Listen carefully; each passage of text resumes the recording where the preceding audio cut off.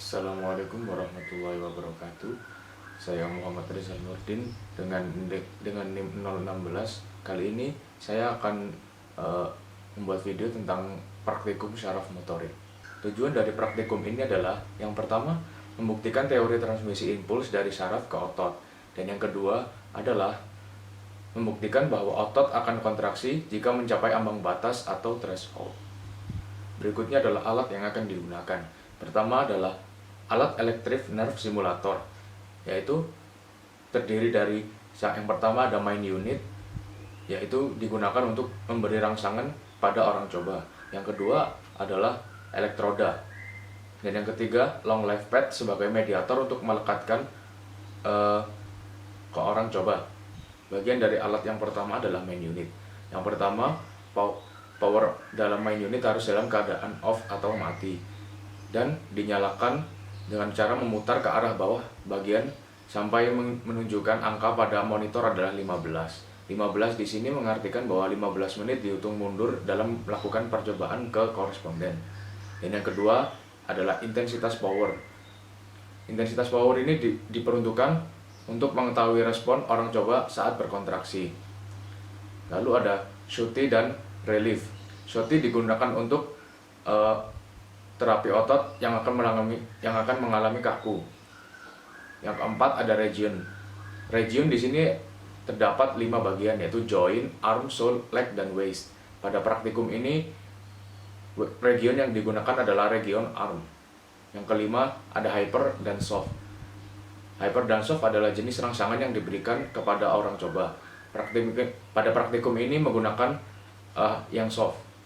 Lalu bagian alat yang kedua adalah elektroda. Elektroda ini terdiri dari 2 bagian.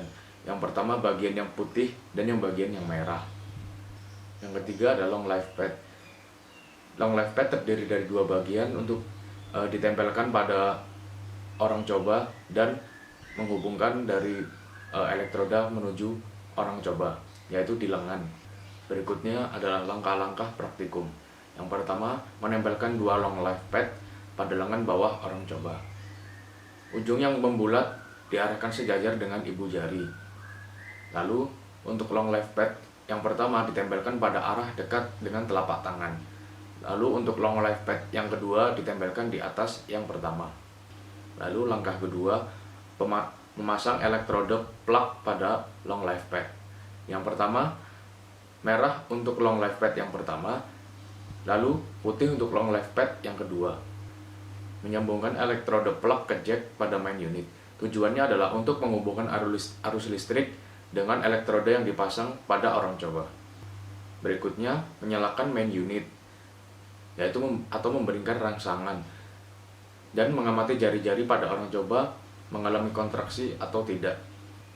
Jika jari-jari pada orang coba telah mengalami kontraksi atau terjadi nyeri, maka hal yang harus dilakukan adalah menghentikan kenaikan intensitas dari rangsangan yang diberikan. Pemberian rangsangan diberikan mulai dari intensitas yang paling rendah, yaitu 1, lalu tekan shuttle dan memilih region arm. Jika belum ada respon dari jari-jari tangan, maka menunjukkan rangsangan yang diberikan belum mencapai nilai ambang atau threshold. Begitu juga dengan intensitas seterusnya. Apabila tidak terjadi reaksi, alat dimatikan beberapa detik kemudian dihidupkan kembali dan meningkatkan intensitas tersebut. Apabila orang coba sudah memulai merasakan rangsangan tapi belum ada kontraksi jari-jari, maka hal tersebut belum mencapai nilai ambang atau threshold sehingga harus mematikan kembali alat dan menaikkan kembali intensitasnya. Dan bila sampai intensitas belum mendapat respon, maka alat dimatikan kembali dan ditunggu beberapa detik, serta berikutnya adalah menaikkan intensitasnya. Pada tutorial praktikum yang diberikan oleh Dr. Anis dengan orang coba Mas Erik, pada intensitas 5, jari tengah bergerak tanpa adanya nyeri. Lalu menunjukkan bahwa nilai ambang orang coba atau Mas Erik merasakan rangsangan yaitu pada intensitas 5. Ketika dinaikkan intensitasnya menjadi 5 ke 6, sudah terjadi kontraksi pada jari tengah dari jari manis ke semakin cepat dan mulai terasa nyeri yang tidak tertahankan. Kesimpulan praktikum, orang coba bisa merasakan rangsangan pada intensitas 5 ditunjukkan adanya pergerakan pada jari tengah orang coba. Dan pada intensitas 6 sudah menunjukkan di jari-jari lainnya, serta merasakan nyeri yang tidak tertahankan sehingga praktikum harus segera dihentikan pada intensitas ke-6. Jika praktikum sudah selesai, maka harus melepas alat satu persatu dimulai dari melepas elektrode plug, elektrode pada long life pad pada berat dan mengembalikannya ke dalam tempat semula. Kesimpulan saraf motorik. Yang pertama, otot akan berkontraksi jika sudah mencapai ambang batas. Jika belum mencapai ambang batas, maka otot tidak akan berkontraksi.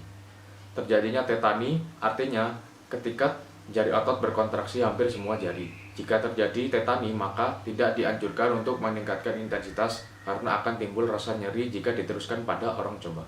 Lalu membuktikan teori all or none yang menyatakan bahwa apabila rangsangan yang diberikan mencapai ambang batas atau threshold, maka rangsangan akan menimbulkan respon, begitupun sebaliknya, yaitu jika rangsangan tidak mencapai ambang batas atau threshold, maka tidak akan terjadi kontraksi.